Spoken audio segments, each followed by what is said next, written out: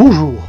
Aujourd'hui, nous allons parler de la loi des finances 2019. Bien sûr, nous sommes contre cette loi des finances, même si, dans un souci de ne pas effrayer les électeurs avant 2019, cela fera la troisième loi des finances qui maintient le statu quo et qui ne contient pas de nouvelles mesures libérales agressives, comme celle de 2016 qui prévoyait la privatisation dans les 5 ans de toutes les entreprises publiques. Notre opposition à la loi des finances 2019 ne ressemble en rien aux arguments que nous entendons dans les médias libéraux, aux arguments que disent les leaders des partis de l'opposition libérale. Les critiques de la droite libérale commencent d'abord par un catastrophisme malhonnête. Depuis le temps qu'ils nous annoncent la ruine du trésor algérien pour l'année suivante, et il suffirait de relire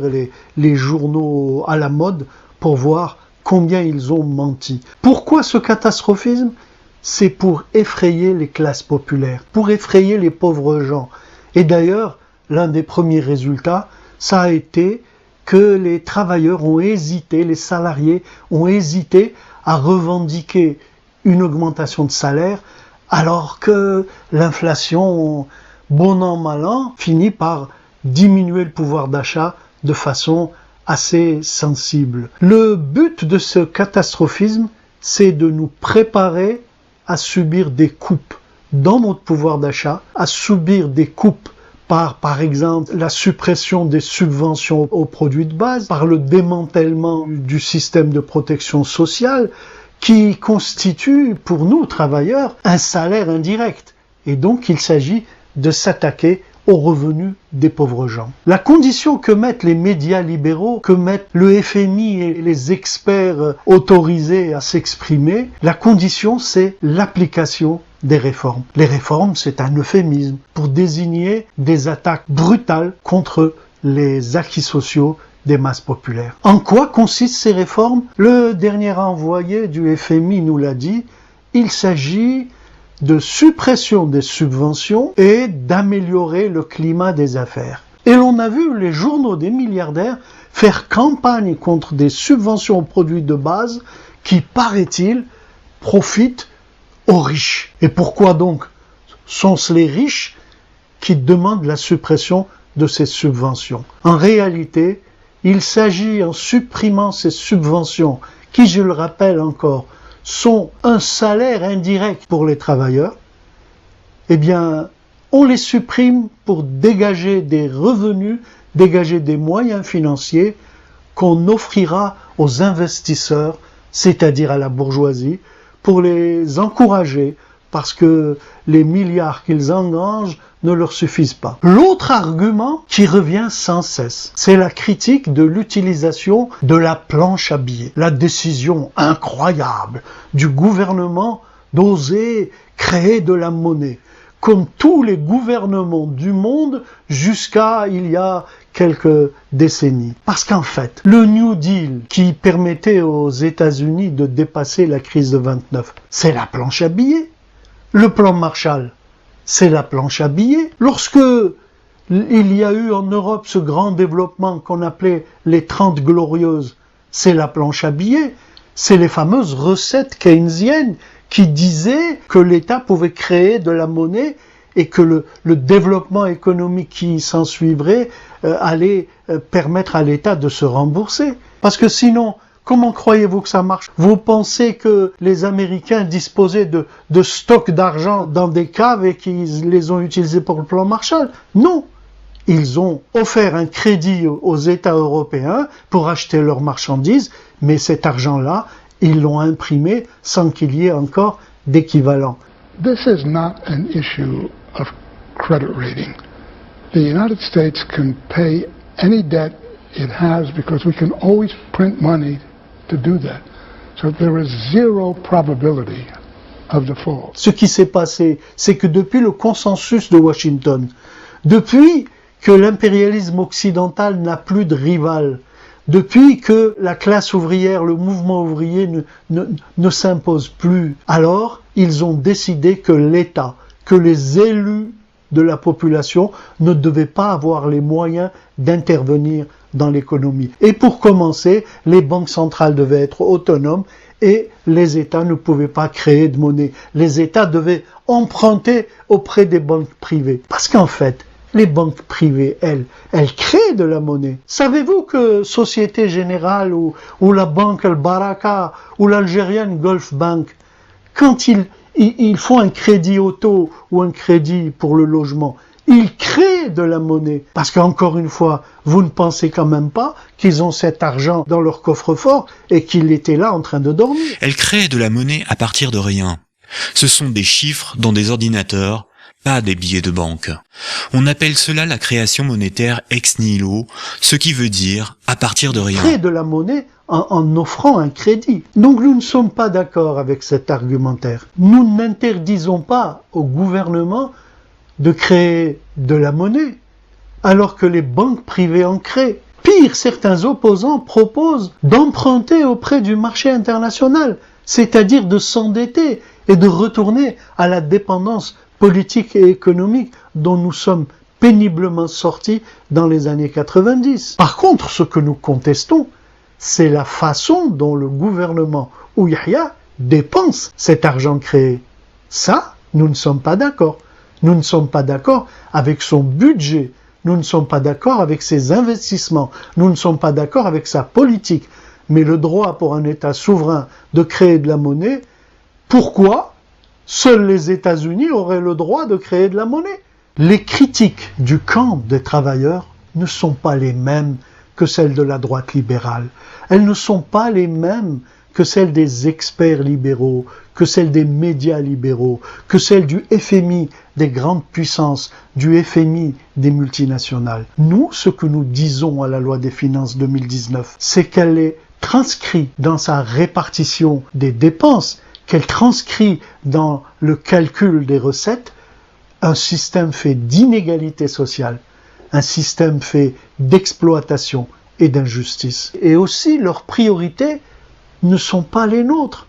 Notre façon de voir les investissements nécessaires, les plans de développement nécessaires ne sont pas les mêmes que ce régime qui travaille à l'accumulation des richesses dans les mains d'une minorité. D'abord, on voit dans les budgets de l'État que les pauvres payent plus d'impôts que les riches. C'est un système qui est comme ça. Un jour, le Premier ministre Zeli avouait qu'il disposait du système fiscal le plus injuste du monde. Ce sont les pauvres qui payent l'impôt. En faisant les bilans, on s'aperçoit que l'IRG des salariés et des retraités est souvent supérieur à l'IBS, aux impôts sur les bénéfices, aux impôts des patrons. Un exemple, l'entreprise Renault, qui vend bon an, mal an 100 000 voitures par an, est souvent déficitaire et donc dispensée d'impôts. Alors que les petits salariés et les retraités par millions sont tous déficitaires à la fin du mois et ils survivent par la solidarité familiale. Ils survivent par la solidarité de plusieurs revenus dans le même foyer. Mais eux payent l'IRG, retenu à la source. Non seulement ce système est injuste et ne fait payer que les pauvres, mais en plus, les riches bénéficient d'exonérations, soi-disant pour aider, pour encourager les investisseurs, alors que la bourgeoisie croule sous l'argent qui dort, l'argent qu'elle thésaurise, l'argent qu'elle va changer au Square pour Saïd pour le mettre à l'abri de tout contrôle ailleurs. Ces exonérations sont estimées de 25 à 35 milliards de dollars selon les déclarations d'un ministre algérien. Il y a aussi les arriérés fiscaux. Parce que ces riches milliardaires exonérés de certains impôts et favorisés par un système fiscal injuste, en plus ils ne payent pas. Ils ont des arriérés énormes, estimés par la Cour des comptes à plus de 100 milliards de dollars. Il y a enfin la fraude fiscale, la fraude douanière. Voilà ces privilégiés qui prennent des bénéfices supplémentaires et l'on entend régulièrement tous ces fraudeurs se réunir et discuter de la nécessité d'une amnistie fiscale. Voilà donc des fraudeurs, des gens qui violent la loi. Et ils s'associent. Ça devrait s'appeler association de malfaiteurs. Non, ça s'appelle réforme pour encourager l'investissement et pour créer un meilleur climat des affaires. Les pauvres payent plus d'impôts que les riches. C'est un système.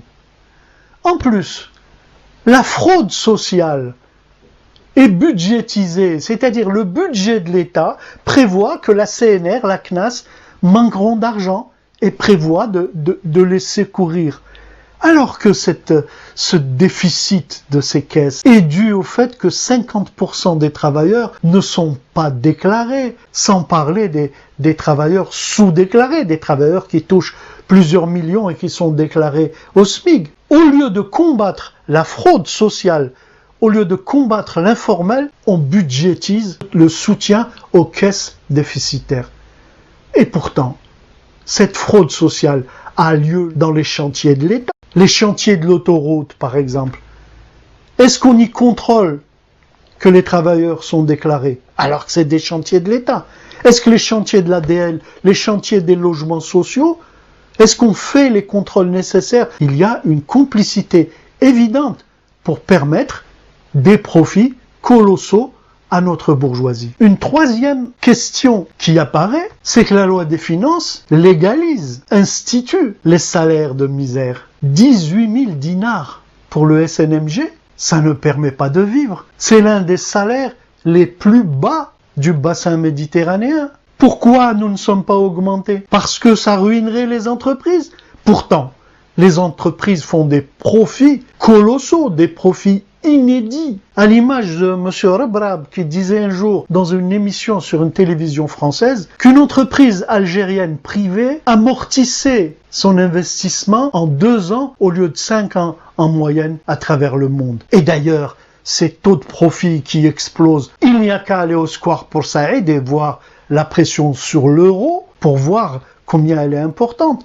Parce que vous ne pensez quand même pas que ce sont les touristes à la recherche de quelques centaines d'euros qui font exploser la valeur de la devise. Non, ce sont plutôt ceux qui achètent des hôtels en Espagne, des usines au Brésil, en Italie, ceux qui s'achètent des biens immobiliers en France. Ce sont ceux-là qui exportent la devise de façon illégale. Et je ne parle pas des surfacturations, je ne parle pas des fraudes diverses comme les importations de containers de cailloux ou d'équipements rouillés destinés uniquement à sortir de la devise au taux de la banque. Pour nous, une loi des finances qui ne prévoit pas 20 000 dinars d'augmentation pour chaque fonctionnaire, qui ne prévoit pas un SNMG à 38 000 dinars puisqu'il est à 18 000, cette loi des finances est inacceptable parce qu'elle contredit nos intérêts fondamentaux, nos intérêts élémentaires, nos droits élémentaires. Pour ceux qui nous menacent de supprimer les subventions aux produits de base,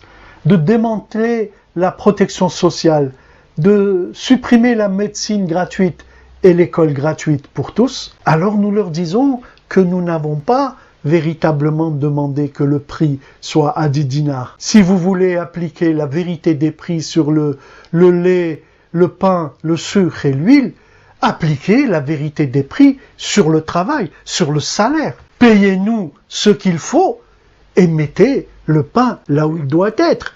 Mais ce que vous nous proposez, c'est de maintenir bas le prix du travail, le prix du travailleur, le salaire, pour aider les entreprises à faire des profits et en même temps rogner sur ce salaire, rogner sur ce pouvoir d'achat en supprimant l'aide aux produits de base. Et cela, nous ne l'acceptons pas. Il y a une autre dimension de notre critique à la loi des finances qui mérite un long développement. C'est que leurs priorités d'investissement ne sont pas les nôtres. Nous n'aurions pas procédé de la même manière. Ce que fait le gouvernement, c'est qu'il finance l'accaparement des richesses de la collectivité par une minorité de riches algériens ou par les multinationales. Ce que fait le gouvernement, c'est qu'il construit les autoroutes et les hôtels palaces pour que les investisseurs étrangers y trouvent leur compte. Mais cela, ce n'est pas notre politique. Nous pensons que les maigres ressources de l'État devraient être investies dans la production. Et ne comptons pas sur ces parasites pour relancer la production. Pourquoi confier presque tous les chantiers à M.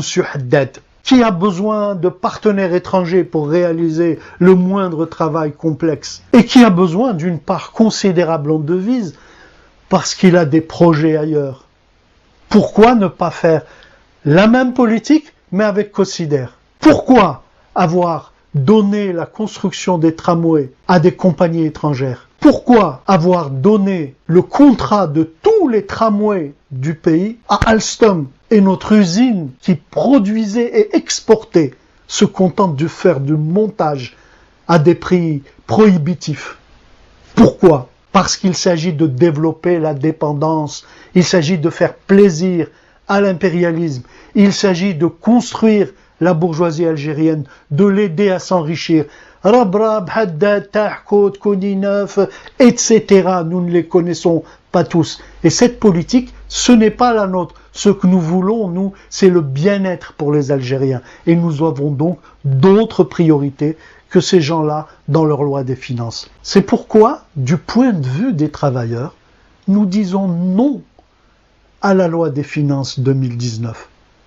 Nous disons non, pas pour les mêmes raisons, pas pour les mêmes arguments que la droite libérale qui nous propose pire, qui nous propose plus de misère et qui a réussi à intimider les travailleurs en leur faisant croire qu'ils n'avaient plus le droit de rêver à un minimum de dignité. Et en plus, il nous propose plus de dépendance, comme cet hurluberlu qui proposait de recourir aux banques étrangères pour relancer le budget de l'État. Nous sommes contre la loi des finances 2019. Je vous remercie pour votre attention. N'oubliez pas, abonnez-vous, partagez, commentez, parce que ce débat, c'est le nôtre. C'est comme ça qu'on reconstruira le camp des travailleurs.